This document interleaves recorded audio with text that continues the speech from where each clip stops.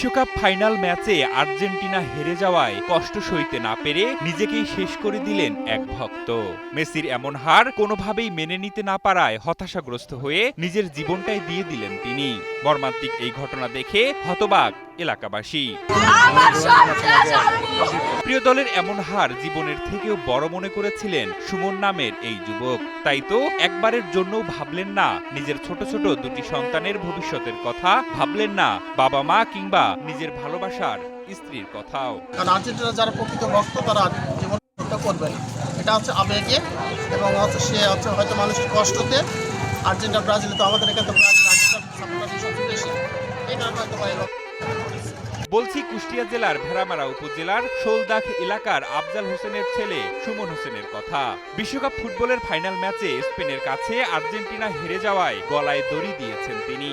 এই খেলাধুলার পারপাসে আর্জেন্টিনা হারার জন্য, এই জন্য সে অভিমান সহ্য করতে না পারে সে হত্যা করেছে। পরিবারের সদস্যরা জানান, ফাইনাল খেলা দেখে ভোরে বাড়ি ফিরেন সুমন। রাত জেগে খেলা দেখা নিয়ে এ সময় স্ত্রীর সঙ্গে কথা কাটাকাটি হয় সুমনের। এরপর ঘুমাতে যাওয়ার কিছুক্ষণ পরই ঘটে এই মর্মান্তিক ঘটনা।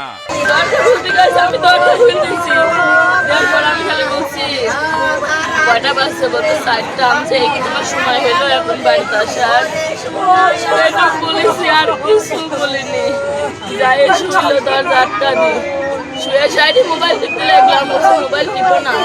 সকালে উঠে তোমার ছেলে কাঁদে মোবাইলটা চার্জ সব মোবাইল দেখো বলছে, আমি মোবাইল দেখবো, দেখিনি, তুই শুয়ে ঘুমাই। আমি হয়তো শুয়ে ঘুমাইছি। পরিবারের দাবি, প্রিয় দলের পরাজয় এবং পরে সামাজিকভাবে উপহাসের মুখে পড়ে তিনি গভীর মানসিক চাপে পড়েছিলেন। আমি আজকে ফজরের নামাজ শেষ করে একটু হাঁটার পরে বাসায় ফেরার টাইমে আমার এই রাস্তার পাশে এই বাড়িতে চিল্লানোর শব্দ শুনে ভিতরে যায়, দেখছি যে সুমন নামের ছেলেটা গলায় দড়ি দিয়েছে। আমি দ্রুত তাকে উদ্ধার করার জন্য আমি নামাইছি। স্থানীয়দের সহযোগিতায় দ্রুত তাকে ভেড়ামারা উপজেলা স্বাস্থ্য কমপ্লেক্সে নিয়ে যাওয়া হলে কর্তব্যরত চিকিৎসক তাকে ঘোষণা করেন।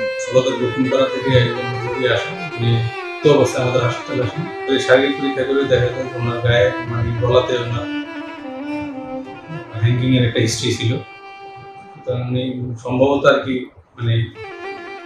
নিয়ে মারা গেছেন এবং এই রোগী আসার পরে আমরা পরীক্ষা নিরীক্ষা করে ইসিজি করার পরে আমরা ঘোষণা করি এবং যেহেতু এটা একটা আনন্যাচারাল ডেথ, এই জন্য এটা আমরা তারাকে ইনফর্ম করেছি এবং প্রক্রিয়া শুরু করেছি।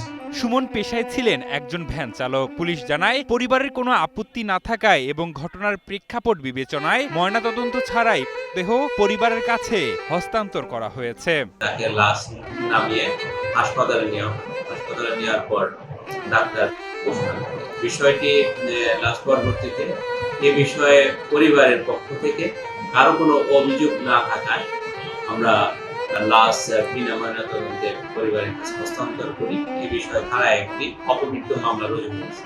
খেলায় হার জিত থাকবেই, প্রিয় দল জিতলে ভালো লাগবে, হারলে খারাপ লাগবে, তবে সেটা জীবনের থেকে যেন বড় না হয়, কারণ দিন শেষে এটা শুধু একটা খেলা। তাই খেলাকে শুধুমাত্র বিনোদন হিসেবেই নেওয়া উচিত বলে মনে করেন সচেতন মহল।